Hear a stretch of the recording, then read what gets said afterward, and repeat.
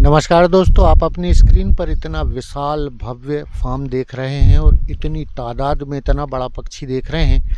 इस फार्म की लोकेशन और इनको पालने के तरीके का डिटेल्स वीडियो में आपका स्वागत है। सबसे पहले हम वर्मा जी आपके एड्रेस, इस फार्म का लोकेशन हमारे दर्शकों से साझा करेंगे। सही है। फार्म जो है ये नागपुर अमरावती हाईवे पे नागपुर से 90 किलोमीटर आता है। वहाँ पे कारंजा घाट के तहसील है, उसमें मालेगांव काली गांव है। ये मालेगांव काली गांव के अंदर में ये फार्म आता है। ये फार्म मुझे टुकड़ों टुकड़ों में दिखता है। ये एक से ज़्यादा सेट हैं, तीनों सेट की लंबाई चौड़ाई और इन सेट में टोटल बर्ड कितना है ये भी बताइए।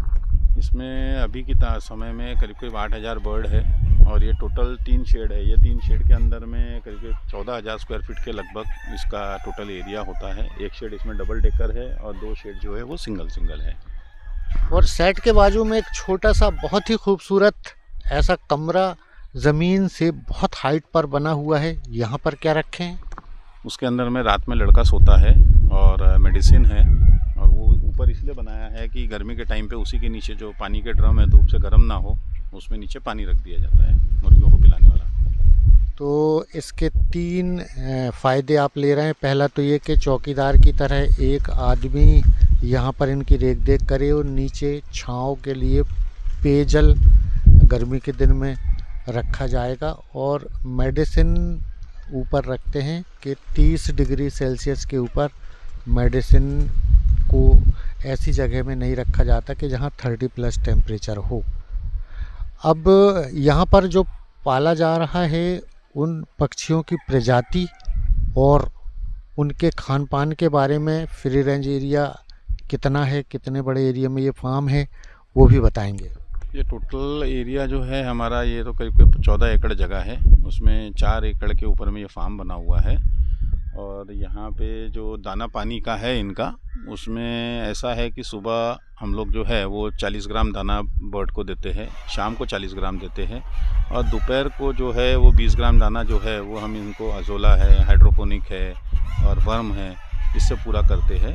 एक एवरेज में एक बर्ड को 100 ग्राम फीड पर डे देते हैं। इतनी तादाद में मैं यहाँ पेरेंट बर्ड, गावरान जिसको प्योर देसी कहते हैं, इतना पक्षी देख रहा हूँ।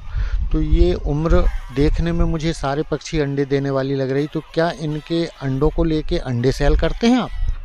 नहीं सर, ये सभी मुर्गी जो है ये अंडा देने वाली है और हम ये अंडे को जो है वो हैचिंग मशीन से चिक्स निकालते हैं और वो चिक्स को हम सेल करते हैं।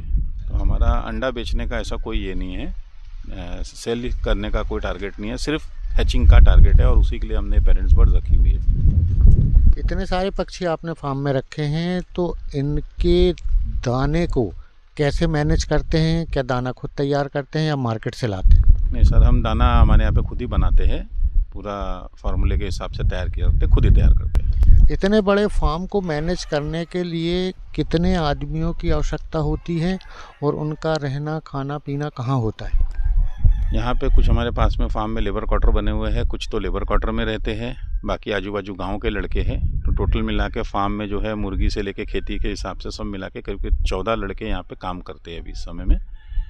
और उनका खाना पीना तो अपना खुद ही बना रहे, खुद ही खाते हैं। इतने सारे लोग यहाँ पर रहते हैं, इतने बड़े फार्म को मैनेज करते हैं, तो यहाँ फार्म के अलावा और किन किन चीज़ों पर इतने आदमियों का इस्तेमाल आप किया करते हैं या उनसे काम लेते हैं?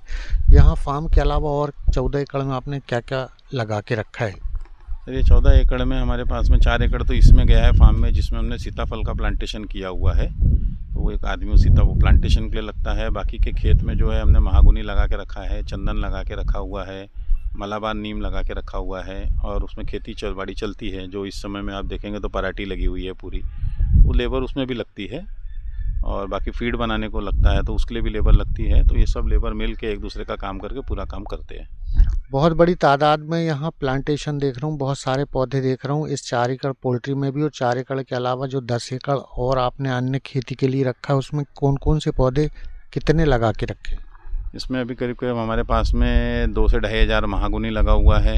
इसमें करीब करीब 1000 झाड़ जो है वो सफ़ेद चंदन का और लाल चंदन का लगा हुआ है और कुछ मालाबार नीम लगा हुआ है, मेलिया डूबिया बोलते हैं। और सीताफल का करीब करीब 1000 झाड़ सीताफल का है।